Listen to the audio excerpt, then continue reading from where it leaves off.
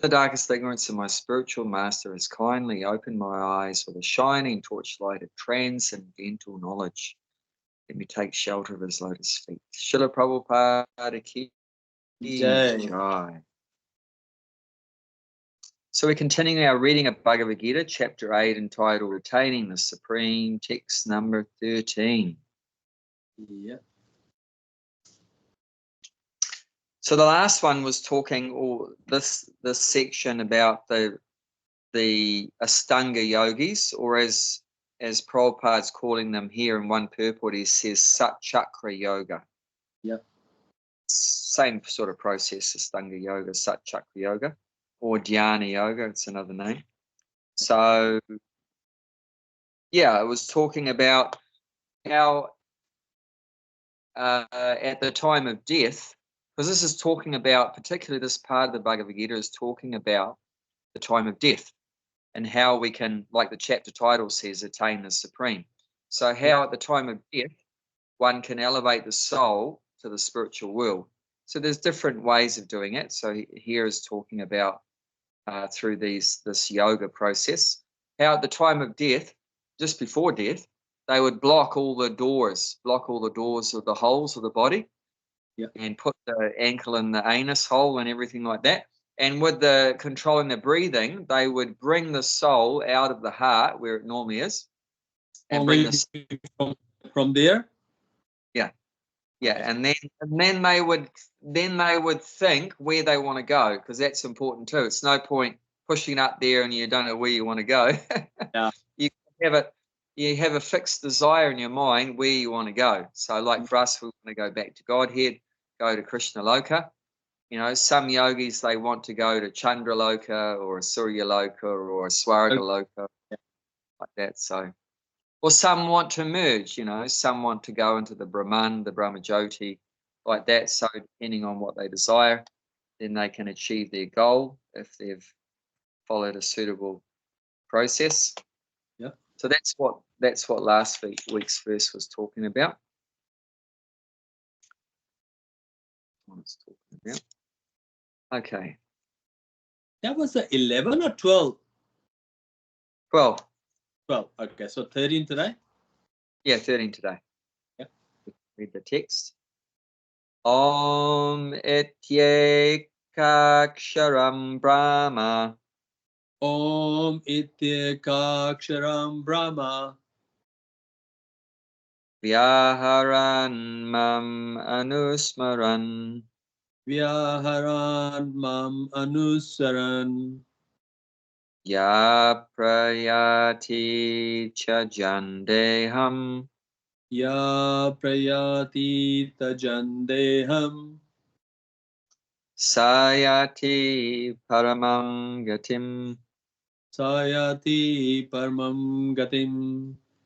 After being situated in the yoga practice and vibrating the sacred syllabus Om, the supreme combination of letters, if one thinks of the Supreme Personality of Godhead and quits his body, he will certainly reach the spiritual planet.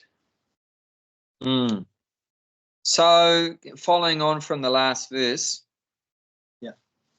so the yogis blocked all the holes, and then with the help of the life air, manipulating the life air through pranayama, and the soul comes up, and then when one's ready to leave the body, at that time, one should vibrate the syllable Om. So they would vibrate Om, which, as it said here, is the supreme combination of letters. So it's made up of AUM, Om, like that. AUM. And Prabhupada's going to explain about Om in the purport, so we don't need to say so much here, because Prabhupada's going to explain about Om. So they would say Om, which is transcendental. It's the sound of God. It's the sound of God in letters and words as a word. So, and naturally, when one vibrates or says Om, one should be thinking about God. One should be thinking about God. Just like if we say Krishna, what are we going to be thinking, hopefully? Krishna.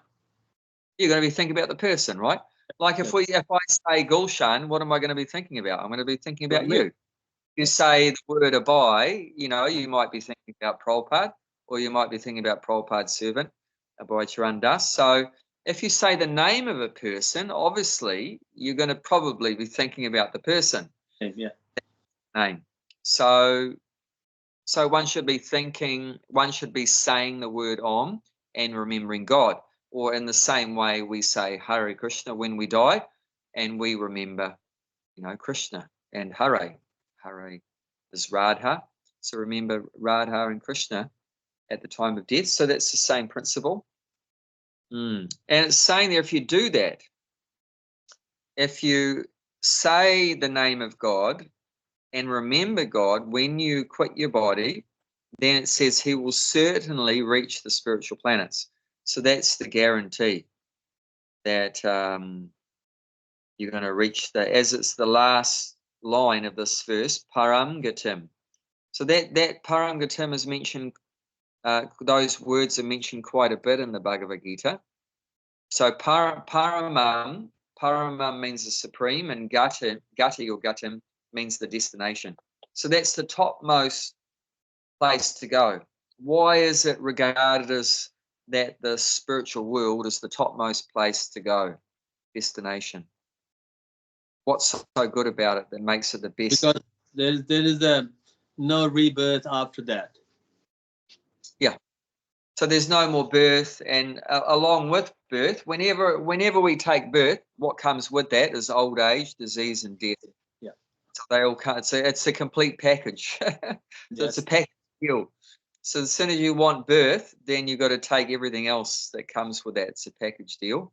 Yeah. And those things are all painful things. Mm-hmm. And birth is also very painful. Yeah. We've forgotten the pain of our own birth, but anyone that's had children, especially if they've seen the children take birth, can realize that it's quite painful. Will they, on the time of the death, if it's like not going to Krishna Loka, like not everybody going to Bhagavad Dham. So on the time of the death, would you start looking that which womb you gotta go next? Like you can either you can be an animal or another human being or something or anything there. You have to go to the womb again. The soul has to become produced as a children, whether animal or human or anyone, fish or anything. Would you start to seeing that? If you're not going to, like 97% people, those who are like not spiritually, so they're not going to Bhagavad Dham, but would they start to thinking that are they going to another womb and can see that something?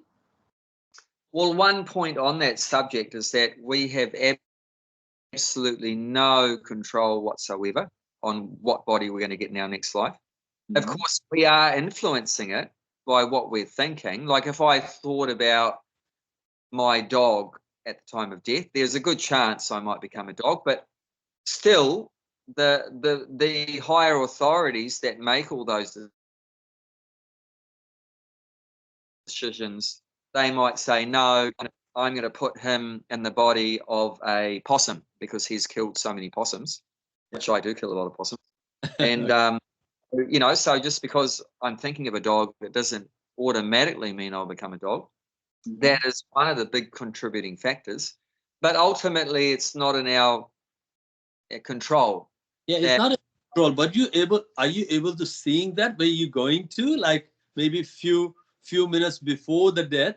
I mean, so you're going to the womb of the cow, or you're going to a pig?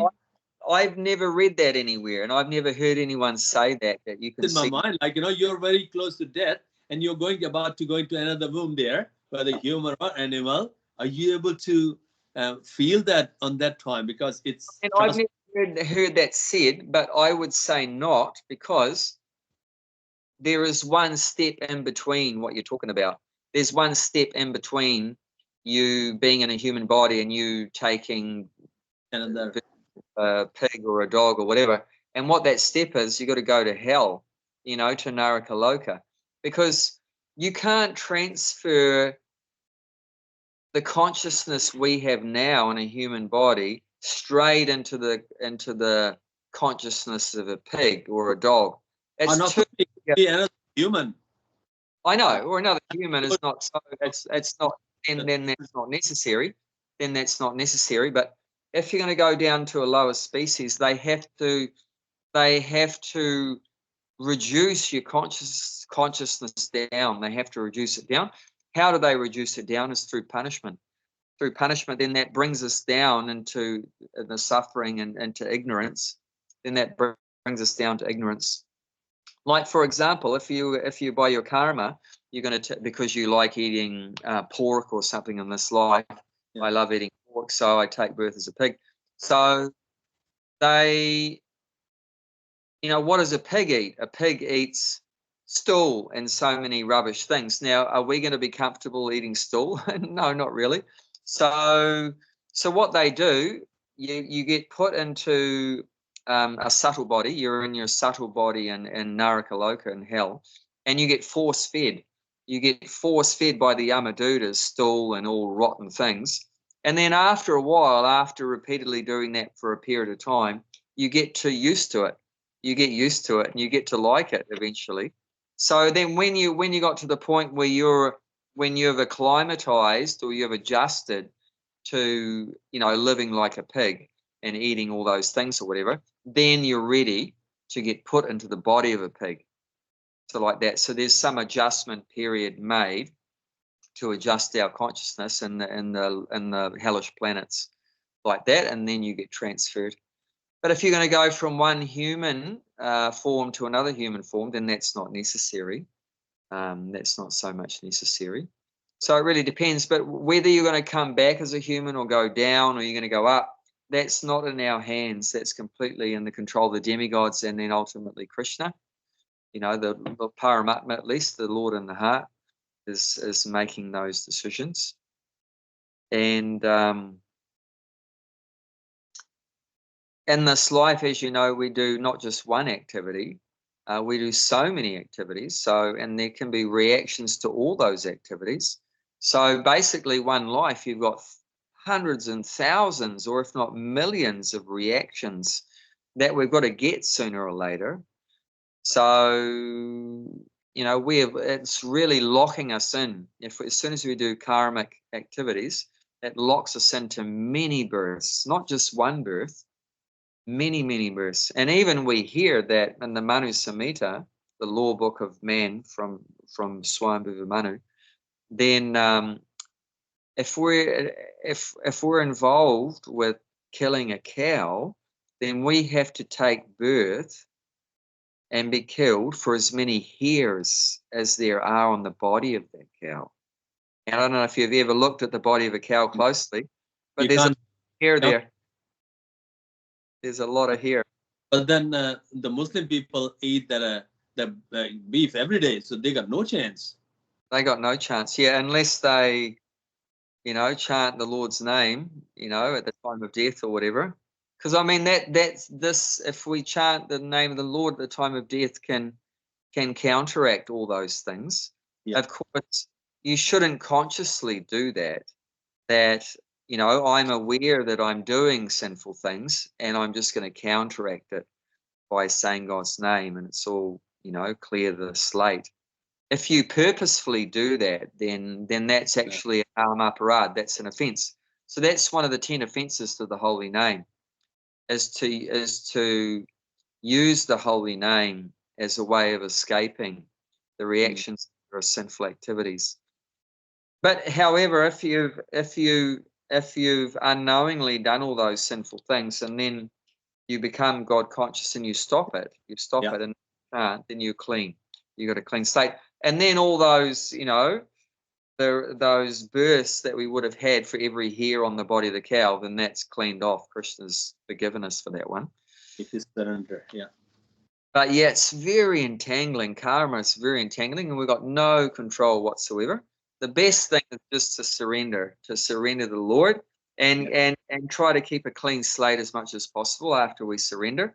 And even then after surrender, it's not sure that you won't get hit by the karma. All you got to do is just to chant Hare Krishna. That's it. yeah, but like I'm saying, you don't use that as a tool for counteracting sins.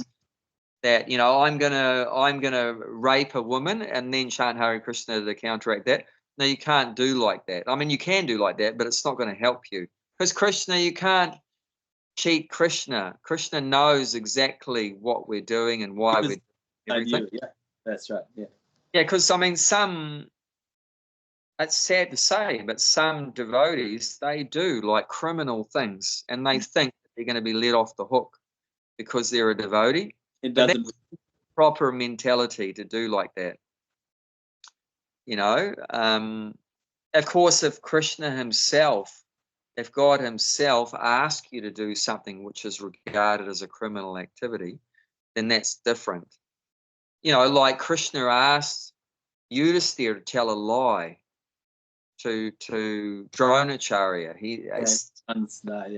Ashvatthama is dead. So, you know, that's like a criminal thing, you know, to tell a lie. If the Krishna says, it's not criminal. Yeah, if Krishna says to do it, that's not criminal. But just on our own, we shouldn't engage in like criminal things and just try to counteract it by doing devotional service or chanting or whatever.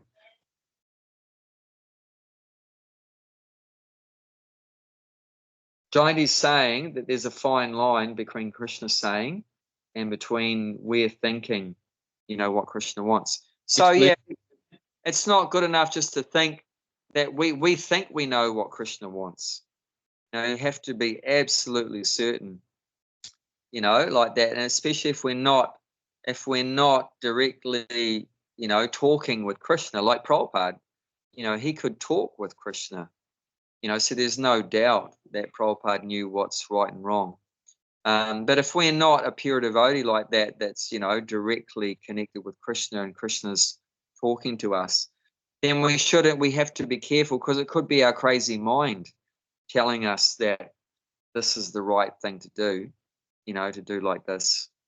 But I think the honesty is very important, and the Krishna wants honesty. If you're honest yourself, that's it. It's like so it's our position in the material world is so dangerous, and fire is so strong. I mean, I even know of ISKCON gurus that instructed their disciples to execute another devotee, because really? in the time since after Prabhupada left, that this particular devotee was a pain in their backside, so they ordered him to be executed.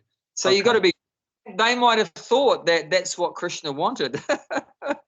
Yeah, it's like you can't put it in the Krishna. Can't go and. It's your own speculation, and then you just put the Krishna's name. No, you can't do that. No, I know, but people have done that. That's the point. So Maya is what I'm saying is Maya. So we should stick to the straight and narrow path.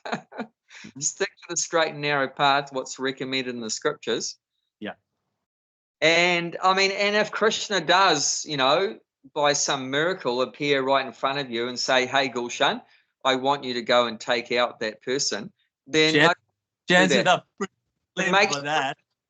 And got a flute and has a peacock feather in his head.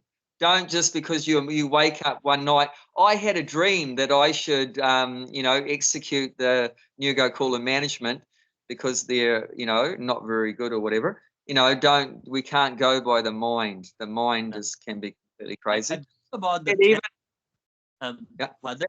dream about the temple, that New Gokula, but it doesn't look the same in my dream. It looks different. And then I seen it's a New Gokula. The mind mixes things together like Kitchery. Could be a Kitchery. I think you're like, hang on a sec. This should be this side, like, you know, go on the thigh. And there's a little things there, a picture, and then we put a garland on it. And this side is the Jagannath is something else. The deity is like a mix up all that. But the temple was there. And I was there. I said, something is not right in this. I come here every day. But anyway, it's just like that. But yeah, it's like you can't, like, Seriously, yeah. Krishna can't come the flute with me with the peacock feather in front of me. I'm not a great devotee anyway. So regardless, Well, that's not happen. right. He can do whatever he likes. You know, Of that's course, the thing. and To stop but Krishna doing that either. it's like you have noticed that, like, it's wherever the greenery is, that's where the crops grow. So the greenery, like, if you are a great devotee like Prabhupada, of course Krishna will come. But Yeah. if you're not like a Prabhupada, then no way. You can expect anything, you can dream about Krishna, anything, but no, you have to be reached to that Prabhupada level.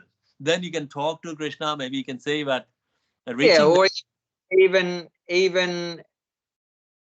if you connect with the super soul, then, I mean, if you directly connect with the super soul, there's no doubt that you're doing the right thing. You just follow the direction of the super soul.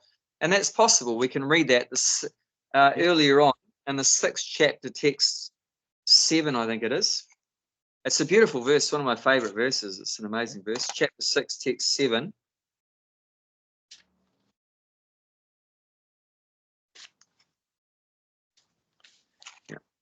For one who has conquered the mind, the super soul is already reached, for he has attained tranquility. To such a man, happiness and distress, heat and cold, honor and dishonor, all are the same. Yeah, tranquility and peace. So this is the result. If we can conquer the mind, or like control the mind, then immediately we connect with the super soul in the heart. The Paramatma it says it's already reached. So there's no delay. As soon as we control the mind, then immediately you can connect with God in your heart. Why aren't we connecting with God in our heart now? Because our mind is out of control. And what is the mind doing? It's trying to find happiness from outside. The mind is working through the eyes and the nose and the tongue and the genitals and the ears and everything. And it's all going externally. But because the mind is focused so much in the external world, we're not connected with the internal world. Yeah. There's a whole internal world with the soul, super soul, but that relationship is forgotten. It's like we've turned our back on the super soul and we're looking outside. But as soon as we stop going outside and turn our attention back inside, immediately connected. Because there's no one closer to us than the super soul. Yes. I'm in the heart, the super soul's right next to me in the heart. The only reason I can't see is because I'm looking outwards. I'm not looking inwards.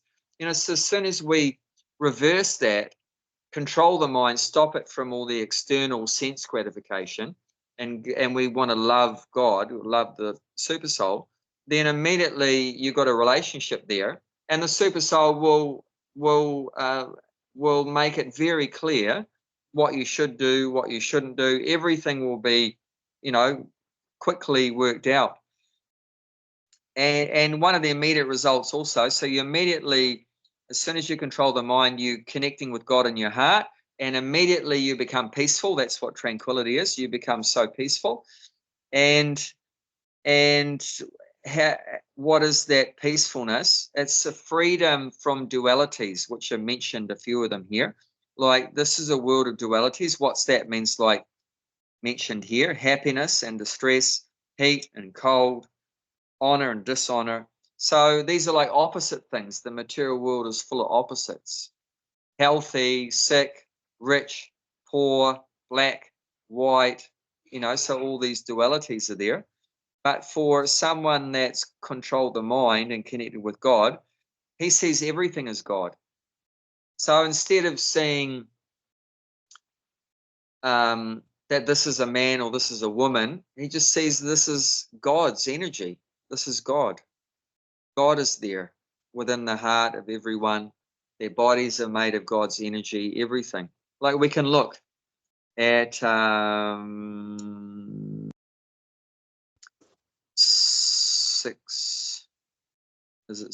chapter.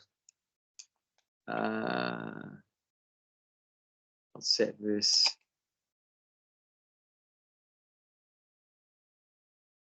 Yeah, like I said, if you ever can't remember where a verse is, if you remember the first line, this one starts off Vidya Vinaya Sampane. 5th chapter.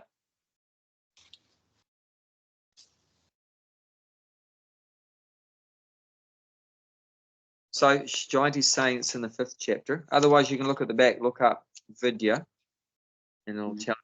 She's saying it's around 5. I don't think it's 5:13. No. But yeah, I agree. 5th chapter. Just gone out of my mind. 5:18. Yeah. It's 5:18. Yeah. The humble sage, by virtue of true knowledge, see the equal vision, a learned and a gentle brahmana, a cow, an elephant, a dog, and a dog eater, outcast. Yeah. So this is samadashana. You have equal vision. So someone that's connected with God, immediately they see everything in relation with God. And most of the Bhagavad Gitas have a picture of that in there, a picture showing that, how they're seeing God in the heart of every creature, whether they're an elephant is mentioned, or a dog eater, or in the tree. They see God everywhere they look. Yeah. That's freedom from dualities. Yeah. Materialistic person, we see everything as different. I'm different than you, and someone's black, someone's white, someone's young, someone's old, someone's a Christian, someone's a Hindu, someone's a Muslim. But someone spiritually advanced, they see everything as in relationship with God. So they see God everywhere. And that's the platform of being peaceful, of always being peaceful and happy. And you have that relationship with God all the time. And there's never going to be any loneliness. Why do we get lonely? Because we think we're all alone. But when you realize that God is always with me, then you're never lonely again. Even we see that people are in crowded cities, so many people around them, but they're lonely. So people are everywhere, but they're still lonely.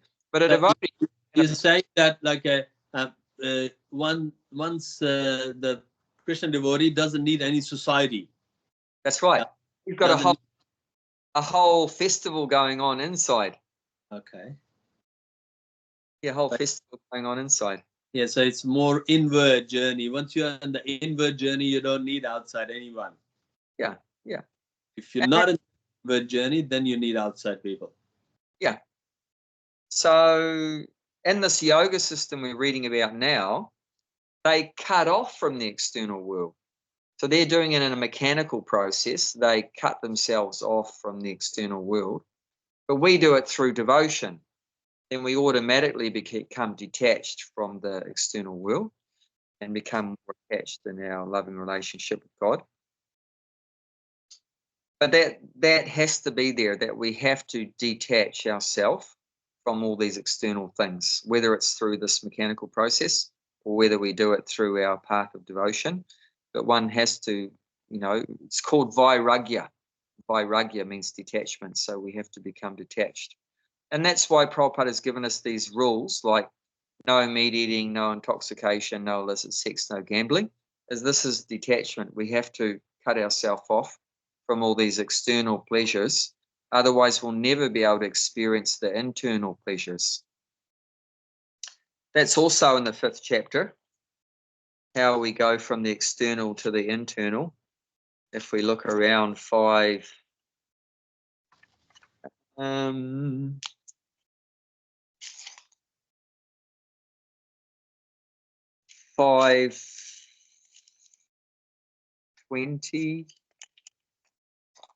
Yeah. Next verse. The person neither rejoices upon achieving something pleasant, nor lament upon obtaining something unpleasant, who is a self-intelligent, who is unbewildered, and who knows the science of God, is already situated in transcendence. And the next one? Such a liberated person is not attached to material sense pleasure, but is always in trance, enjoying the pleasure within. In this way, the self-realized person enjoys unlimited happiness, for he can concentrate on the Supreme. See, that's it. So not attracted to material sense pleasure. So that's external pleasures. Because how is that possible that he's not attracted to the external happiness? Because he's getting so much pleasure from within, as it's saying here. He's always in trance, enjoying the pleasure within. In this way, the self-realized person enjoys unlimited happiness, for he concentrates on the. In a nutshell, it's called a higher taste. Yeah. Yeah. So you can't give up pleasure completely, because it's the nature of the soul to be always in pleasure. And that's our nature. That's our right to be happy all the time. Yeah. So if we're going to give up the external pleasure, external happiness of sense gratification, then we must be getting internal pleasure. Otherwise, we're not going to be able to maintain that.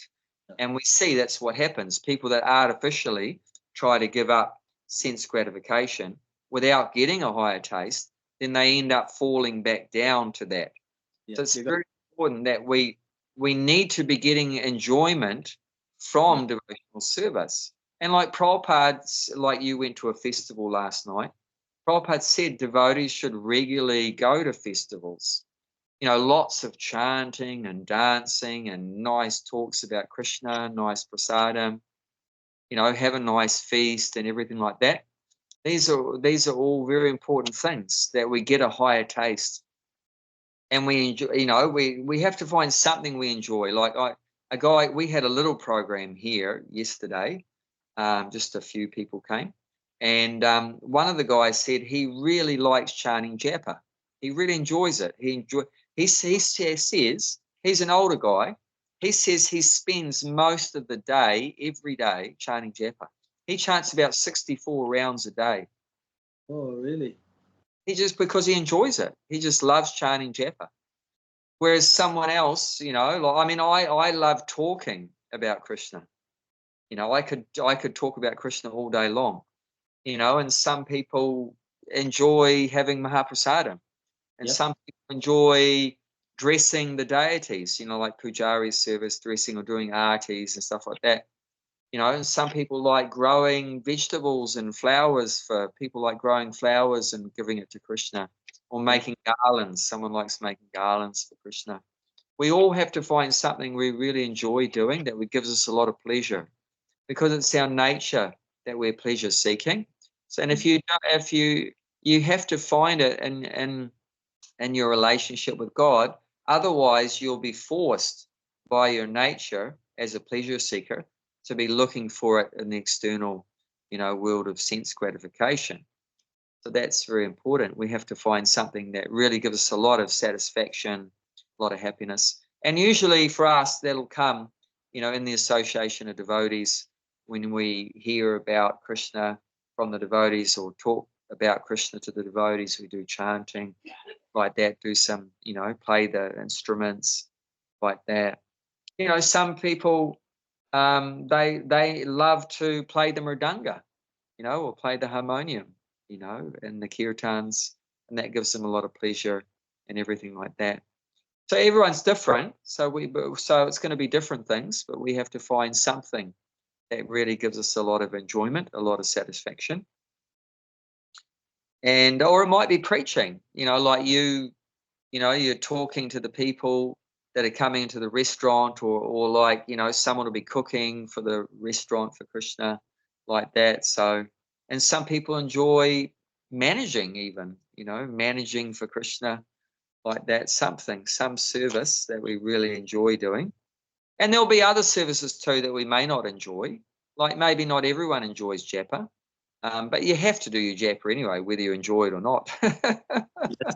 As a service, as a duty. But yes. You know, so I'm not saying you only do things that you enjoy and stop everything else, but I mean, there'll be many things that you have to do whether you like it or not. But still, we need to find at least one thing that we really enjoy doing that gives us a lot of satisfaction, and that'll help us to stay, in Krishna consciousness. That's very important that we find something like that. Yes.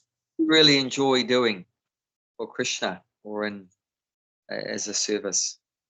Yeah.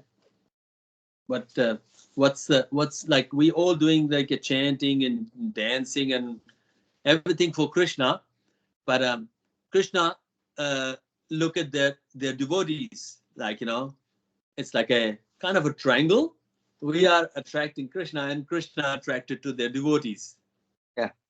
So if you are helping the devotees, that means you can get a shortcut to Krishna. Yeah. Yes, definitely.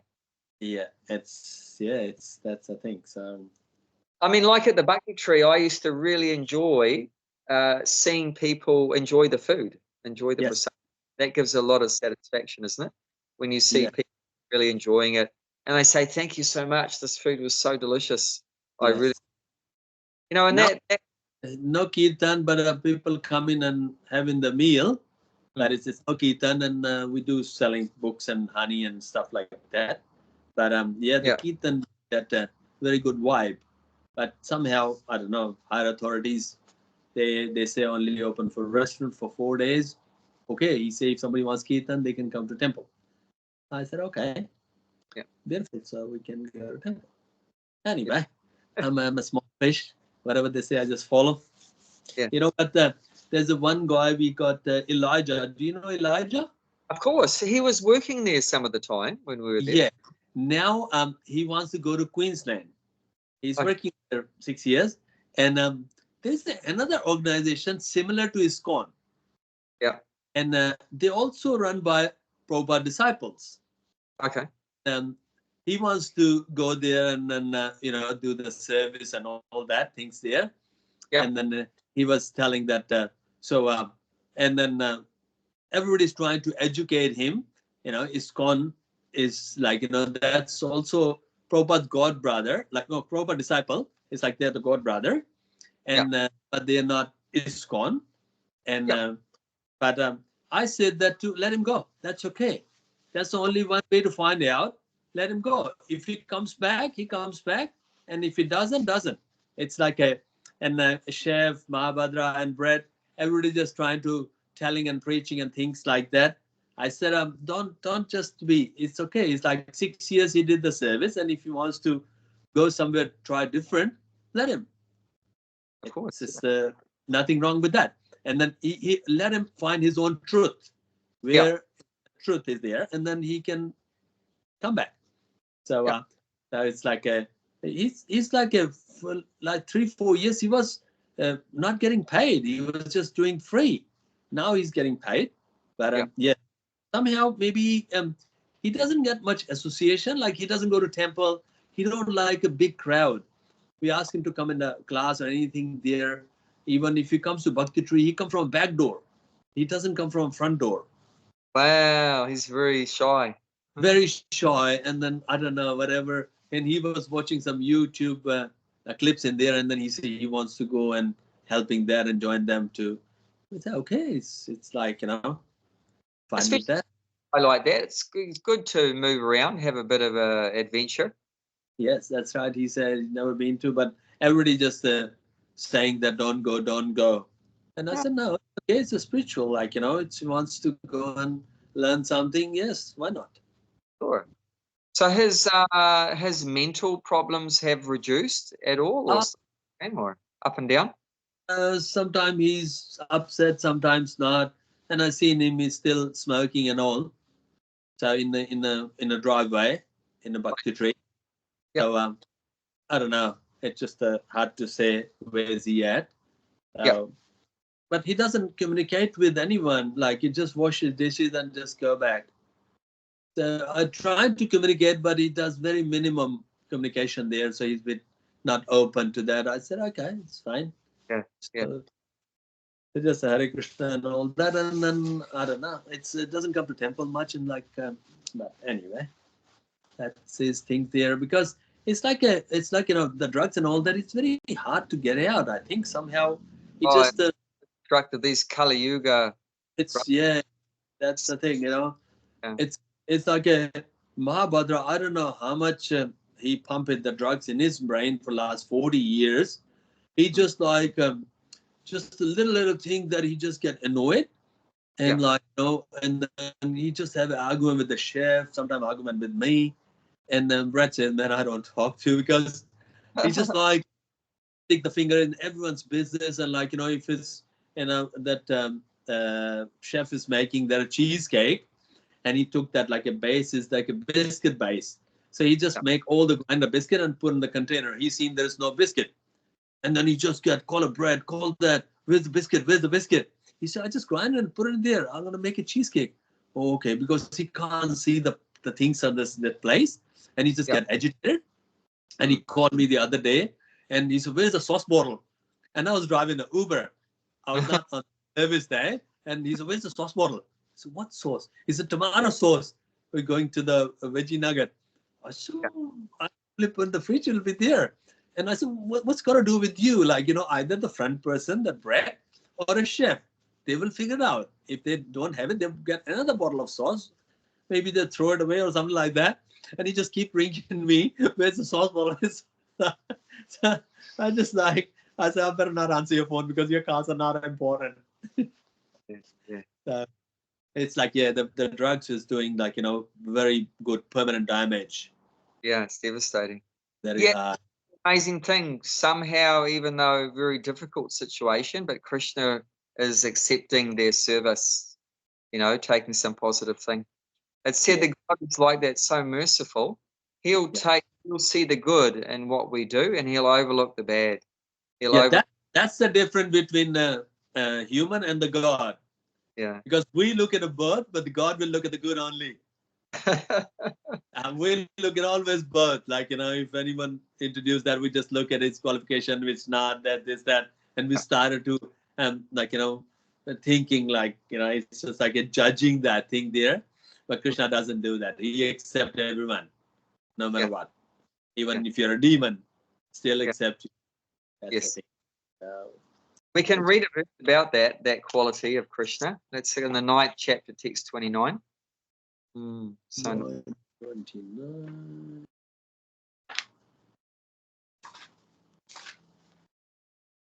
Okay. I envy no one, nor I can partial to anyone. I'm equal to all, but whoever renders service unto me in a devotional is a friend, is in me, and I am also a friend of him. He is neither partial, not envy, but only who do service to Krishna. That is the friend, okay? Definitely. 100%. Krishna is so kind. Very kind. Kripa Sindhu. Yes. So that was your question about at the time of death, can we see the next body that we're going into? I mean, at some point you're going to be in the next body, but definitely you can't choose your next body.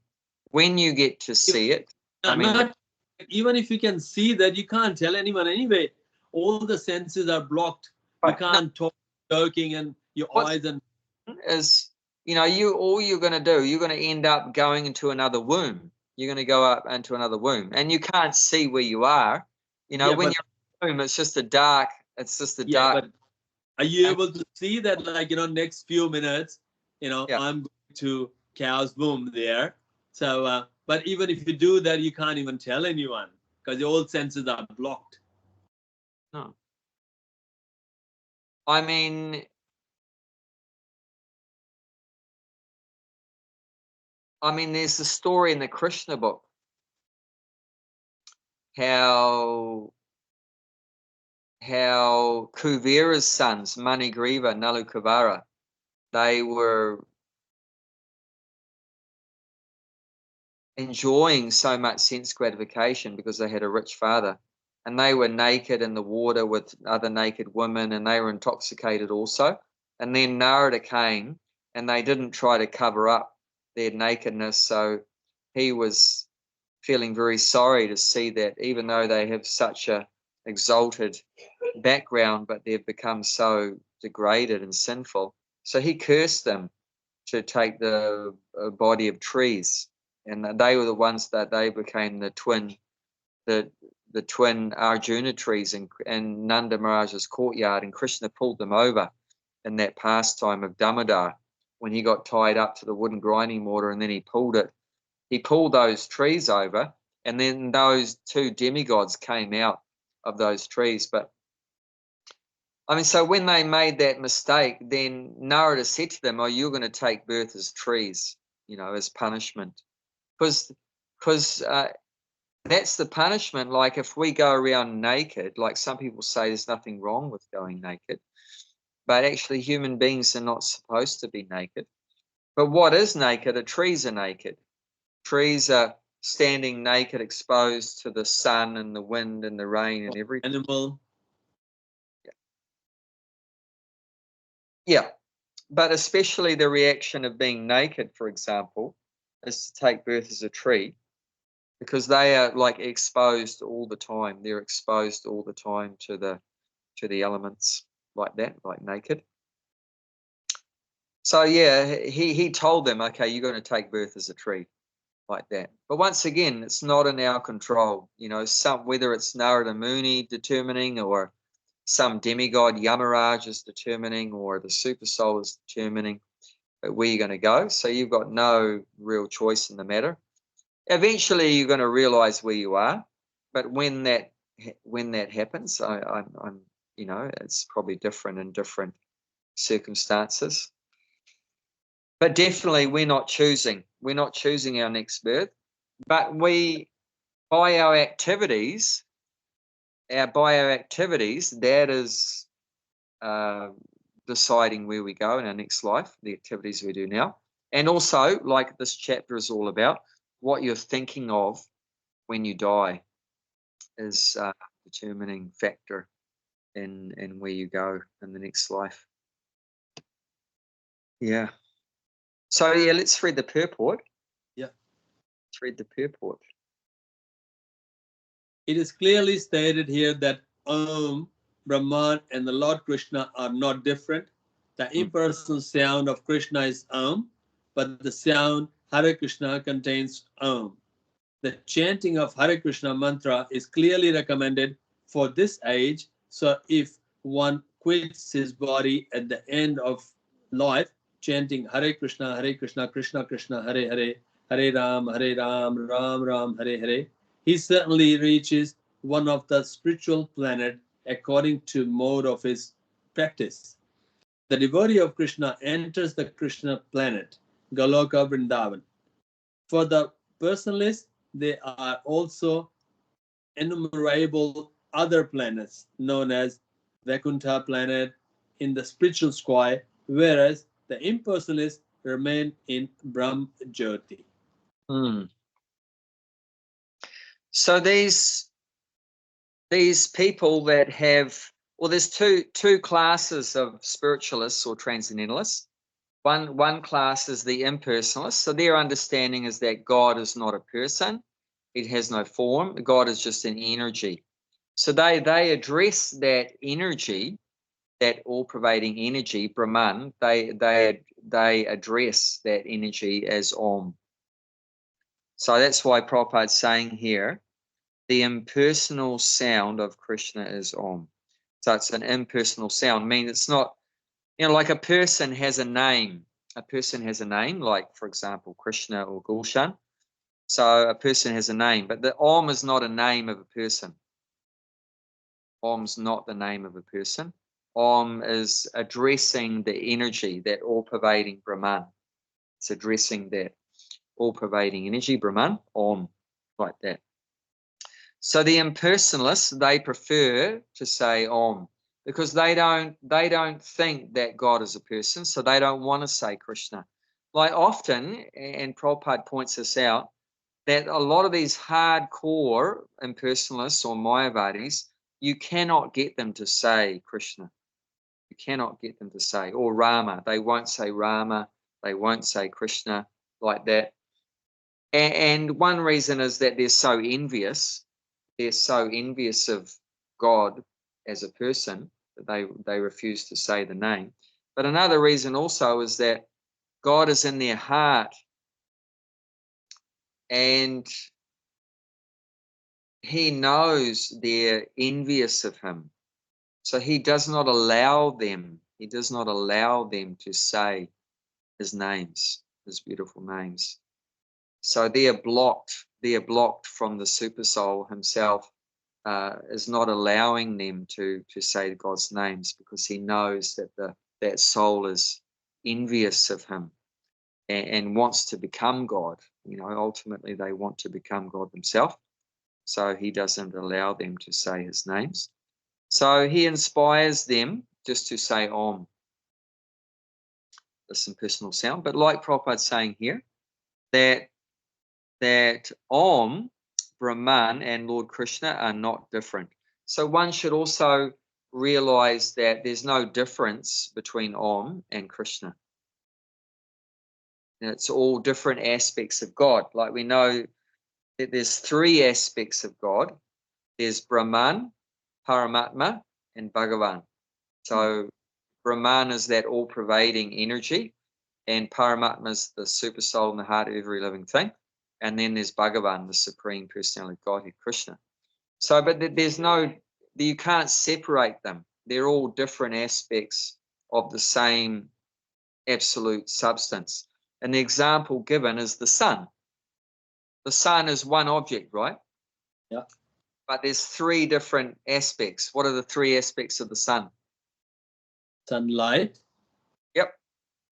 And sun god. Yep. I don't know the third one. The sun planet. Krishna's eye is the sun. Sun planet. Planet. So there's the sunshine, which comes from the planet. So then there's the planet. And then there's the sun god, who controls that planet. So it's still the one subject, the sun, but in three different aspects you can look at. And you can't separate them. Like, can sunshine exist without the planet? Yeah. Can the sun planet exist without the sun god? They're all connected. They're all connected. So you can't really separate them. They don't exist separately. They're all different aspects of the one object, one subject, like that. So the same with God.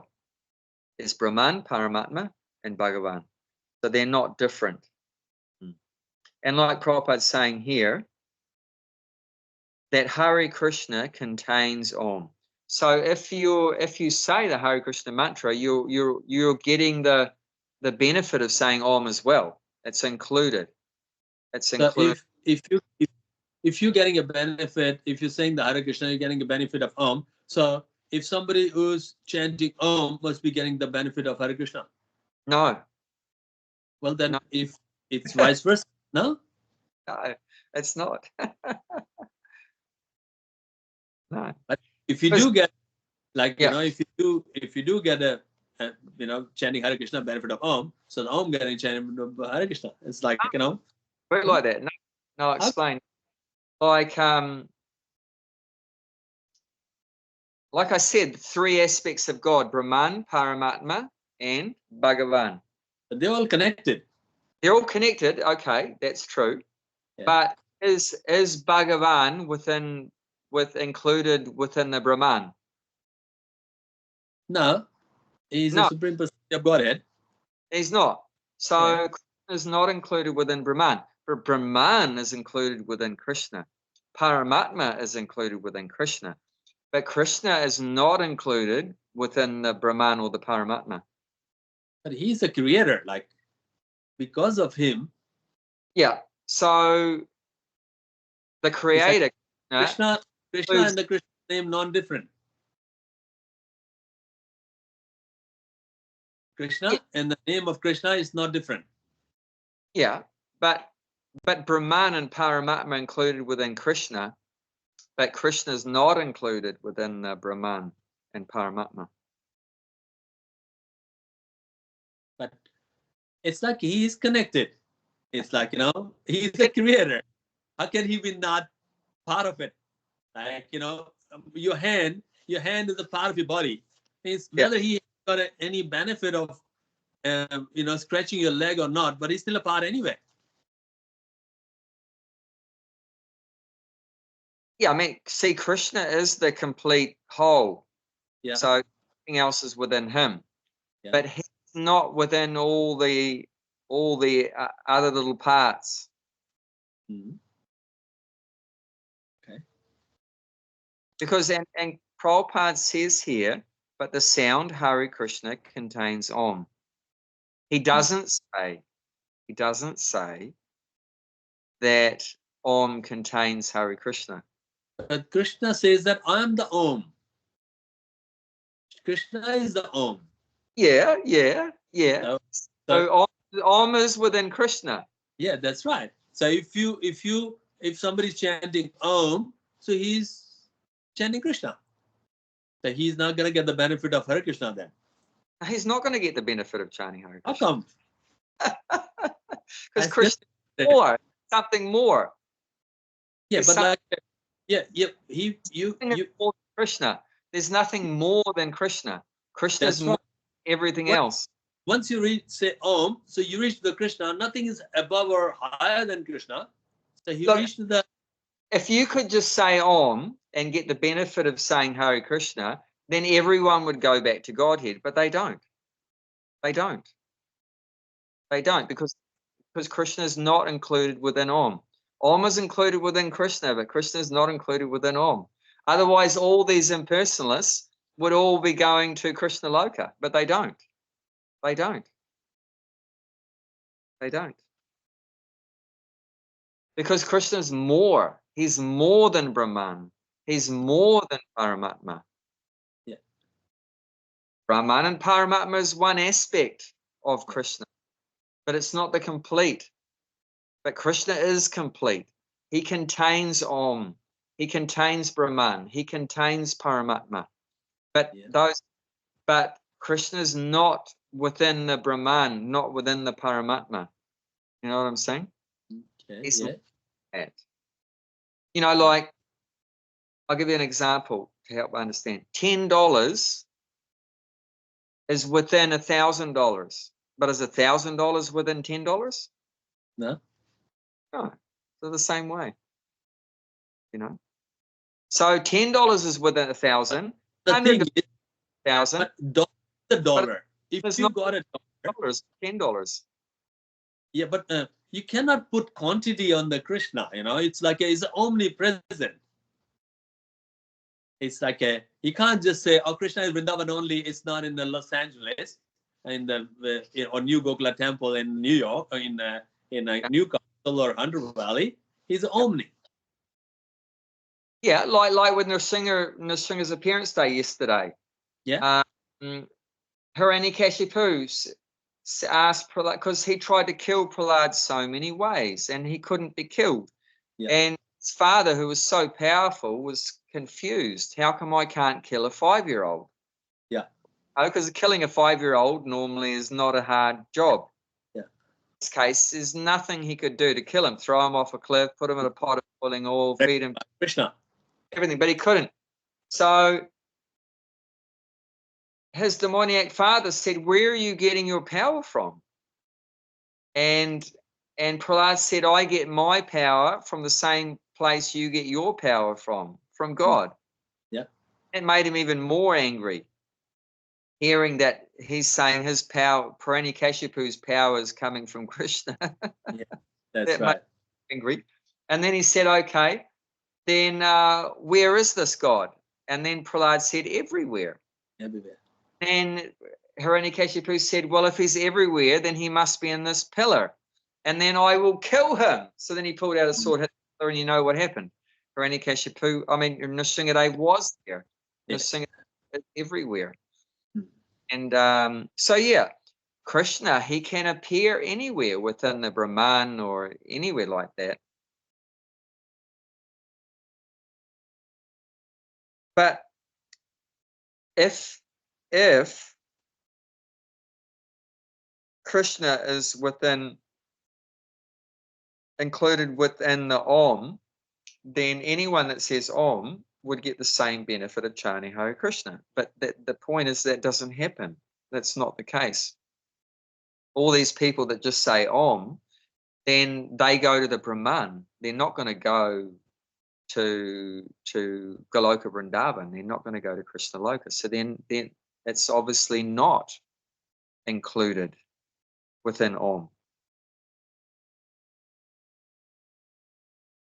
Okay. So what I'm saying is that, yeah, Om is one aspect of Krishna, but Krishna is not, he's not less than Om, you know, so he's more than Om. So he's beyond, you know, he's great. It's like a Om could be a little bell for the ankle of Krishna, and the Krishna is whole. Yeah. So even if you got one little, ankle bell, you will get the whole. You don't need to. That's as Prabhupada says. You don't need to feed hand or leg. All you got to feed the Krishna and the stomach, and then nourishing the whole body. So yes. if you got little anklet, yeah, from Krishna, if it's called Om, you will get whole. You don't need to be reached to the fluid or anywhere. Yeah, but if you do some meditation on the Brahman, you're not going to go to Krishna, because Krishna's something more than that. You know what I'm saying? Yes. But you get the benefit if you say Hare Krishna, you get the benefits of saying Om because it's within Hare Krishna plus more. But if you say Om, you don't get the benefit of saying Hare Krishna. You don't. That's not there. Prabhupada didn't say that. Okay. He said that Om is within Hare Krishna, that you're going to get the benefits of Om by saying Hare Krishna. But he didn't say it works the other way around. Otherwise, he would have said it. He's not stupid. If it did work that way too, then he would have said it. But he didn't say that. So the Brahman and the Paramatma was within Bhagavan. It doesn't go the other way. It's not that Bhagavan is included within Brahman and Paramatma. No, Brahman and Paramatma is one aspect of God, of Bhagavan, but it's not complete. But Krishna is complete. He's everything. But in the Brahman and Paramatma, there's still more beyond that. Like Krishna says, 7th chapter, text 7. 7th chapter, text 7. O conqueror of wealth, there is no truth superior to me. Everything rests upon me, as a pearl are strung on a thread. Yeah, so there's no truth that comes near to Krishna. He's the supreme truth. So not even Brahman Paramatma, you can be equivalent or better than Krishna, more than Krishna. He's the supreme truth. So everything, even Brahman Paramatma, is resting on Krishna, like pearls are strung on a thread. So he's the thread. So just like Pantimala, right? It's got whatever 100 beads on it. Yeah. It's all 100 beads are hanging off one thread. So Krishna's that one thread. If you pull the thread out, then it all falls apart. Yeah, definitely. He holds everything together. Yeah. And let's look at another verse. 9th chapter, I think it's around text 4.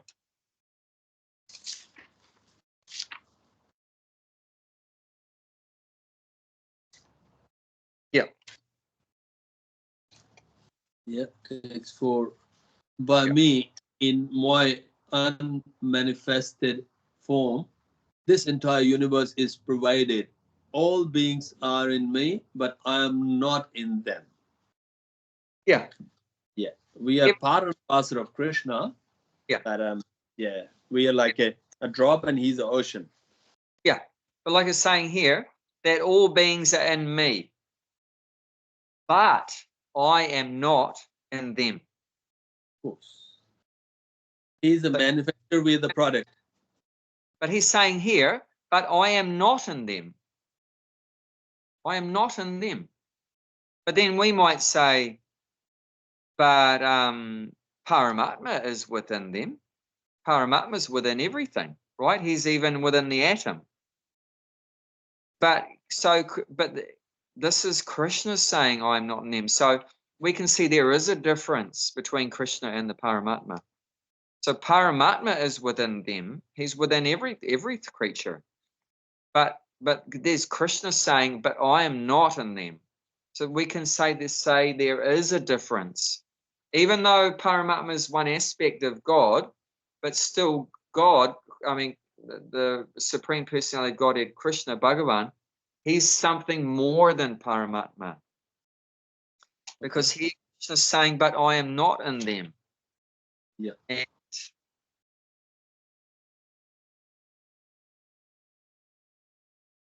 he's a creator, but not part of the creation. yeah, and look at the next verse, confirms it again. He makes the same point again in text 5. Yeah. And yet everything that is created does not rest in me. Behold, my mystic opulence, although I am the maintainer of all living entity, and although I am everywhere, I'm not a part of cosmic manifestation. For myself is the very source of creation. So he says it here. I am not part of this cosmic manifestation. For myself is a very but Paramatma is part of this cosmic manifestation, and Brahman, Brahman is everywhere. So, but Krishna's saying I'm not part of it. So if he's that's his creation. Where is he? But so he's in the spiritual world. What is he doing? He's playing his flute, dancing with the gopis, playing with the cowherd boys, stealing butter and feeding it to the monkeys, running away from his mother. That's what Krishna's doing. That's where he is. He's got nothing to do with this material world. Of course, sometimes he comes here. 5,000 years ago, he came, did his Leela here, and then he went again. So then he's not here anymore like that. So this is, and then that's what he says in this verse, behold my mystic opulence. So it's like, it's inconceivable. It's inconceivable how everything has come from him, but yet he's not here. He's not in it. But it's all come from him. And I think he gives a good example.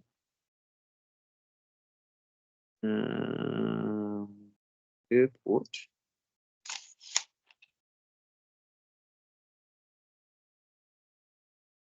Yeah. Look in the previous purport of text 4. Yeah. And look at the second paragraph. Yet one should not conclude that because he is separate all over, he has lost his personal existence. To refute such an argument, the Lord says, I am everywhere and everything is in me, but I'm still alive. For example, king heads a government, which is but the manifestation of the king's energy. The different government departments are nothing but energy of king, and each department is resting on the king's power. But still, one cannot expect the king to be present in every department personally. This is a crude example. Similarly, all the manifestation that we see and everything that exists, both in the material world and in the spiritual world, are resting on the energy of Supreme Personality of Godhead. That's enough. But you see, you get that example as a good example. Yeah. So the whole kingdom, with Yeah. all its places and subjects and departments, is all a manifestation of the energy and the work of the king.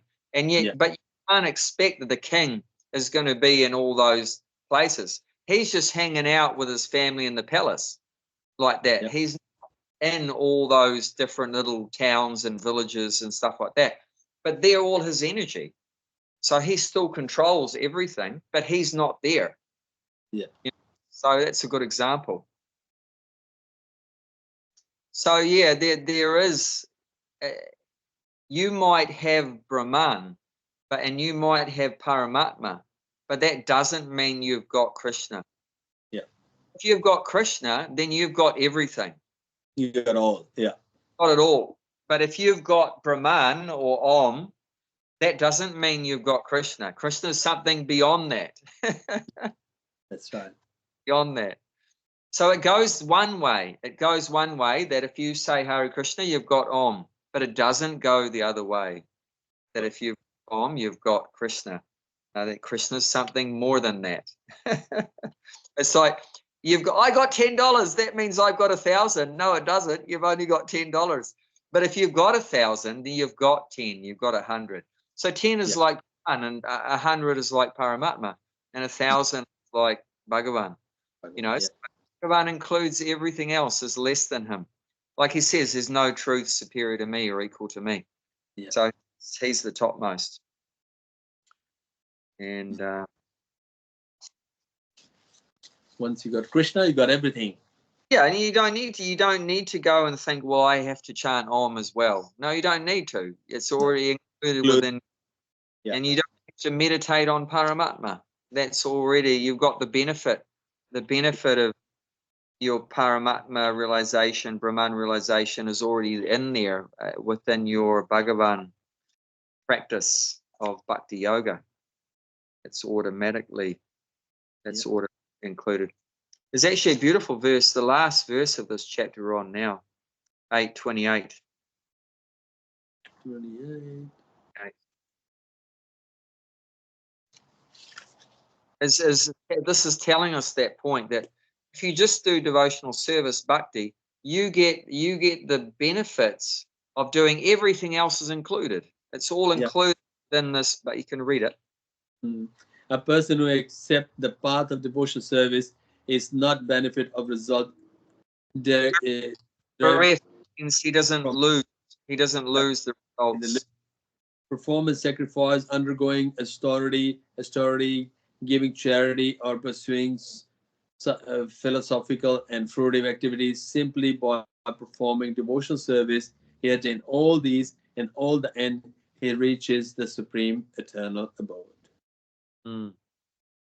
So there's many different processes for spiritual elevation. One is to study the Vedas, and that's what the impersonalists do. They study the Vedas. Bhakti Yoga is the topmost. Yeah, so you get everything else is included. The benefits of every other process is included within the devotional service. So it's a one-stop shop. You get everything. It's like going to LD or whatever. You can get everything from LD. It's one stop, place. Yeah. Like, and you don't have to think, well, I'm doing bhakti, but I haven't studied the Vedas, or I haven't done sacrifices, or I haven't done austerities, or I haven't given charity. Now that's all those results that you'd get by doing all those things is automatically included. You're getting those benefits plus more. And then, like it says at the end, he reaches the supreme eternal abode. That's that Ramgatim. That's the destination. Very deep. Yeah.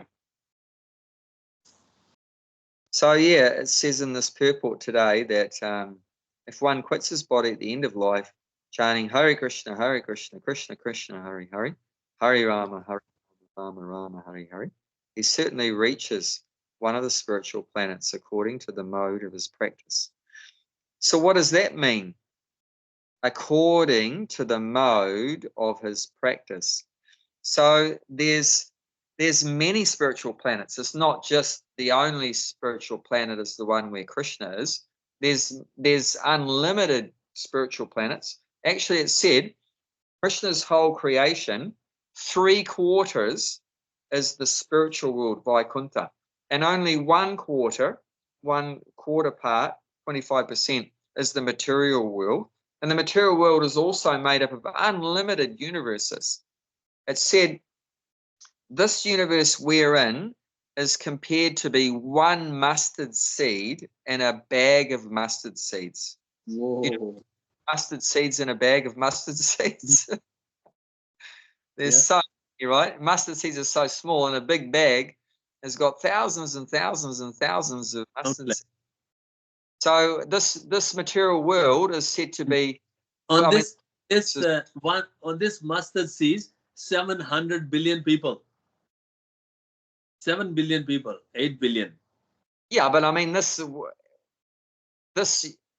planet is just like one mustard seed and a bag of mustard seeds in this universe. Yeah, so I'm talking about the one mustard seed where I am, where you are, and that mustard seed has got a 7 billion people.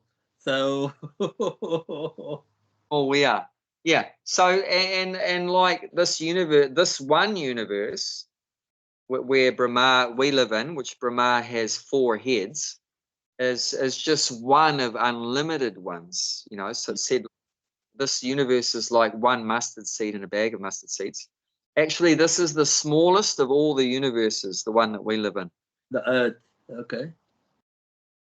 This Earth is in one universe. Some of the planets there we can never reach. They're that far. We couldn't able to reach that, like, you know, with any source. Like, if you're trying to reach to the other planet, it'll take like 300, 400, 500 years. We don't have that much life. Even if you're traveling today and, you know, you can't reach there, life is finished. You can't, that far.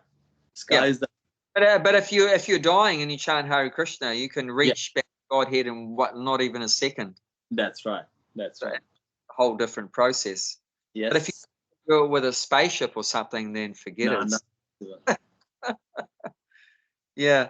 So yeah, we're just so insignificant.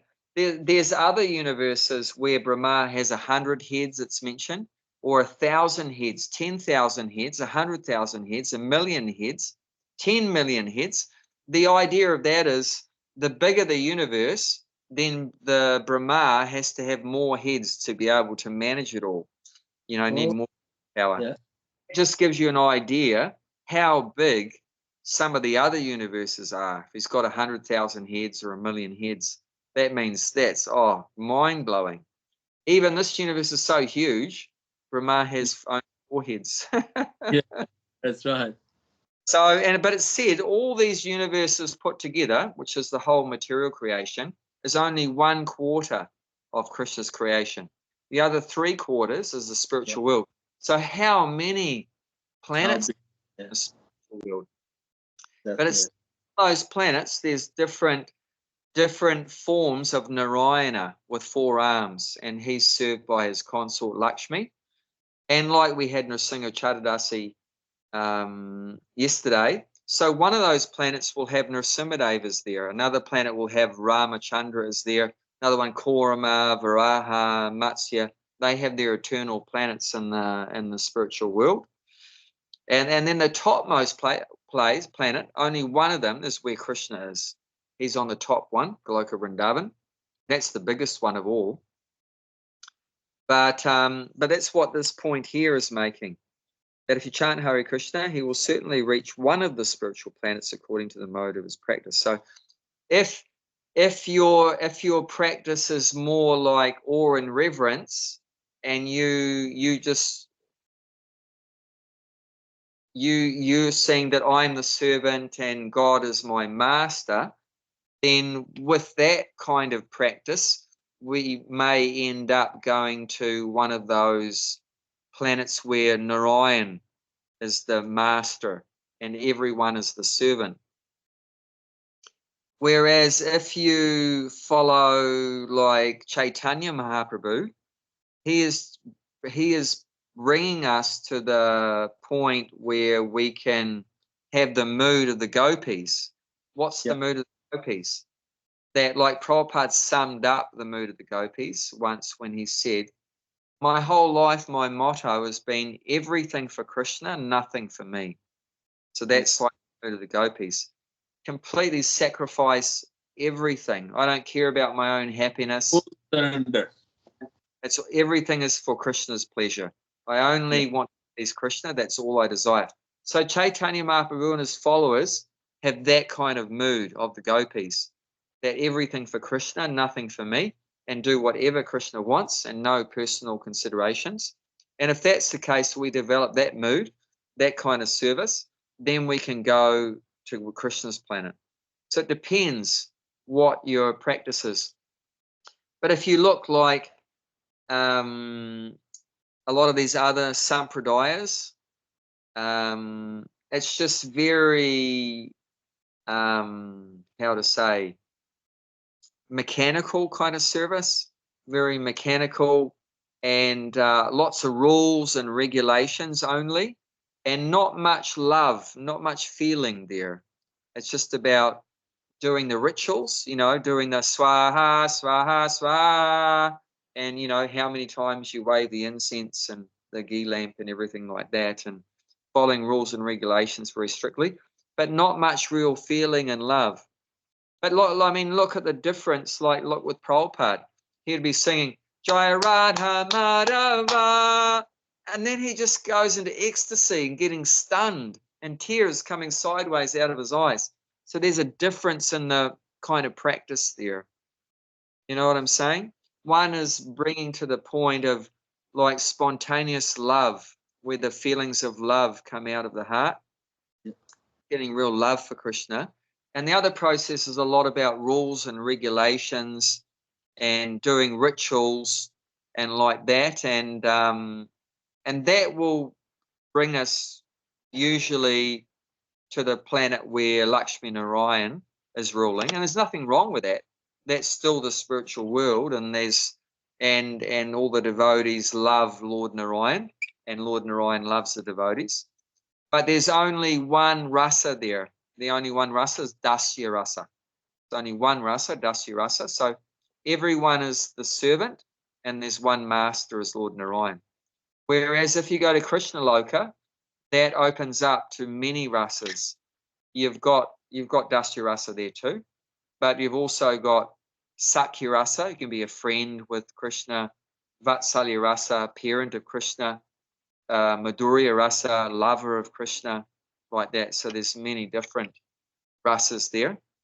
And you can be Krishna's cow, Krishna's peacock, Krishna's dog, a blade of grass that Krishna walks on. So there's so many different rasas there, and they're all in so much ecstasy serving the Lord. So yeah, it depends, like Prabhupada's saying, the mode of his practice. So that's what that is referring to.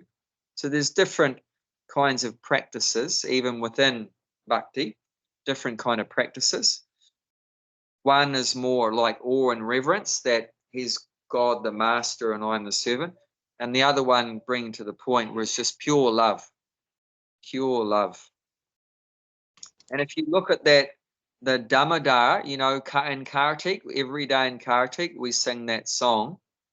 Nama Ishvaram Satchidananda Rupam Lasat Kundalam Gokule Brajamanam. And we offer the lamps and like that. In that song, you can read that. Tells all about that. That Krishna doesn't enjoy that awe and reverence as much as when the devotees have that spontaneous love and the feeling to love him. He enjoys that so much more. So that is what through the followers of Chaitanya Mahaprabhu, what Chaitanya Mahaprabhu is bringing to this world is showing us the process, how we can develop a practice by which we can come to this point of pure love for Krishna, where everything is for Krishna, nothing for me, like that. So,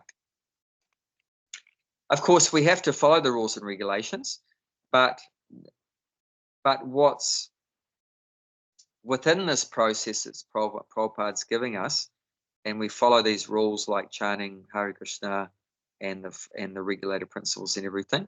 But through this process of hearing and chanting, then we can reawaken this pure, loving feelings within the heart, this spontaneous love, and go just beyond just doing it mechanically as like a ritual. And that's something we look forward to. Yeah. Opening the heart. And that's what Chaitanya Mahaprabhu said, this chanting of Hare Krishna cleanses the heart of all the dust accumulated for years. And once the heart is cleaned, then the pure love will be manifested. Flourish. Yeah. Flourish within the heart. Yeah. So the devotees of Krishna enter the Krishna planet. So not everyone is going to be a devotee of Krishna, as we know. There's some devotees of Nrsimha.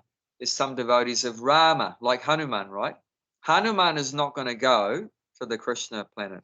Hanuman's not going to go there. You won't find him there. You won't find Hanuman on the Krishna planet. He's on Ram's planet. So Ram has his own separate planet, and Nrsimhadev has his own separate planet. So, but yeah, the devotees of Krishna enter the Krishna planet. So and devotees of Narayan will go to the Narayan's planet, like that, so forth. For the personalists, there are also innumerable other planets known as the Vaikuntha planets. So that's what I was talking about. So innumerable means you can't count any number. It's beyond numbers. So yeah, there's so many different planets with different forms of Narayan and these different incarnations. They all have their own planets, and they're all known all together as Vaikuntha planets. So Kuntha means anxiety, and Vai means without. So without no anxiety in the Vaikuntha, there's no anxiety. It's just ecstasy of serving God, of loving God. Whereas the impersonalists, they remain in the Brahmajyoti. So surrounding the Vaikuntha planets, that's the spiritual light is there, the Brahmajyoti. So that's surrounding the planets. So those impersonalists, they enter into that light. They enter into the light. But you can't compare them going into the light to the devotees going into the Vaikuntha planet. It's not the same, because there's no rasa. If the soul merges in this spiritual light, there's no rasa there. So there's no relationship. It's just all light. So there's no variety there. And because there's no rasa, there's no enjoyment for the soul. The soul, like I said, the soul's nature is to enjoy. And what do we enjoy? It's loving relationships. That's what real enjoyment is loving relationships. And relationship means there has to be variety. You can't have one person having a relationship, just like, because there's no exchange. A relationship means exchange. So there has to be at least two or more to have a relationship. Yeah. And that relationship generates enjoyment. That's where the enjoyment comes from. And that exchange, loving exchange between two or more people. And that's called that enjoyment that's generated between that relationship between the Lord and his devotee, or two devotees or more than that, that's called rasa. But if you're merged into the spiritual light, Brahmajyoti, then there's no variety, there's no rasa. So the soul is not going to be happy in the Brahmajyoti. So even though in the Brahmajyoti there's no birth, there's no old age, there's no disease, there's no death, there's no kind of suffering there. So there's nothing negative in Brahmajyoti, but the problem with it is nothing positive either. There's nothing positive there. There's no love, there's no relationships. So it's like you're craving, the soul's nature is to get bliss, but there's no real bliss there. So it's said that even if the impersonalists can rise up to merging in the Brahmajyoti, but they'll again fall down again, because they need to serve Krishna's lotus feet. They fall back down again to the material world. So just temporarily they can get liberated, but it's not real liberation because they again fall back down. But instead of go back to the spiritual world, then it's almost impossible that we come back down again. And Krishna says in many places, once one goes to the spiritual world, he never returns to this miserable material world. Unless we are treating equal to Krishna, then we have to come back again.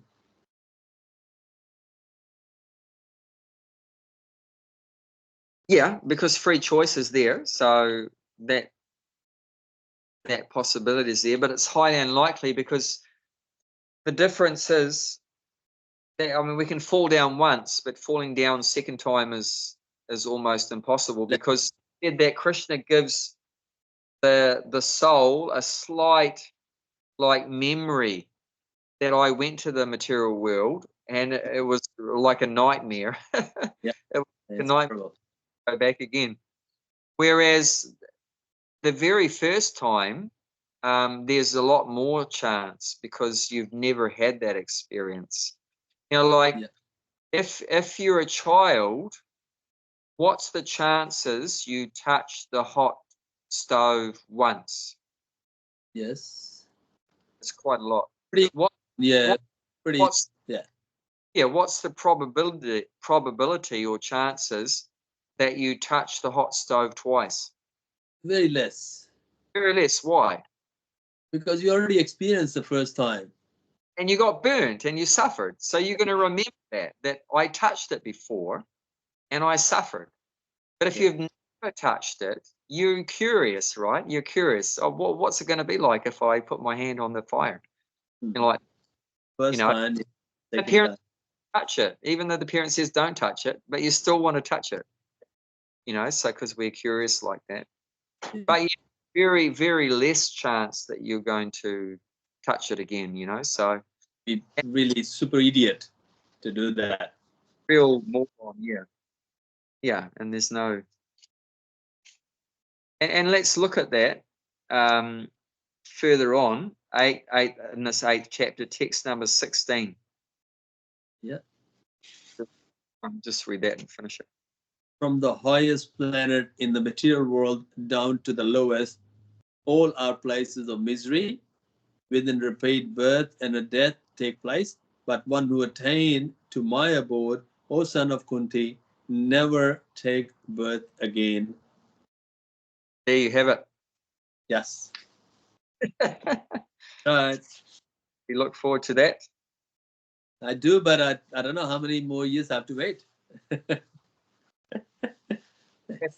Body take its course. I went to the doctor yesterday.